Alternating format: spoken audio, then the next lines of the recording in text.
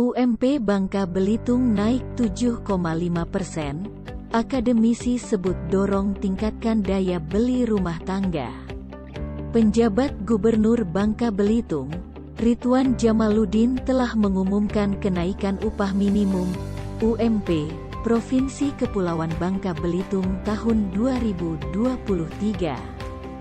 Besaran UMP Babel 2023 naik sebesar 7,15%. Sebelumnya, besaran UMP tahun 2022 adalah Rp3.264.884, sehingga dengan adanya kenaikan ini, para pekerja akan mendapat upah Rp3.498.479 awal tahun depan. Dekan Fakultas Ekonomi, V, Universitas Bangka Belitung, UBB, Devi Valeriani menyebut, upah tersebut tentunya memiliki keterkaitan dengan inflasi dan pertumbuhan ekonomi. Harapannya kenaikan upah akan mengungkit ataupun mampu mendorong daya beli rumah tangga. Diakuinya, kenaikan sebesar 7,15% tersebut tentunya telah mengacu kepada Peraturan Menteri Ketenagakerjaan Nomor 18 Tahun 2022 tentang penetapan upah minimum, UMP, tahun 2023. Dengan ketentuan kenaikan upah minimum provinsi tidak boleh melebihi 10%. Karena kita sama-sama memahami bahwa pertumbuhan ekonomi masih terbesar kontribusinya dari konsumsi, belum dari saving dan investasi. Secara teori jika dilakukan dorongan terhadap daya beli maka akan mendorong agregat permintaan, kata Devi. Selanjutnya, menurut Devi, tingginya permintaan tersebut akan mengungkit produksinya, sehingga kenaikan produksi tersebut tentunya akan menjadi pendorong kenaikan upah. Siklus tersebut menjadi dinamis dalam kegiatan ekonomi.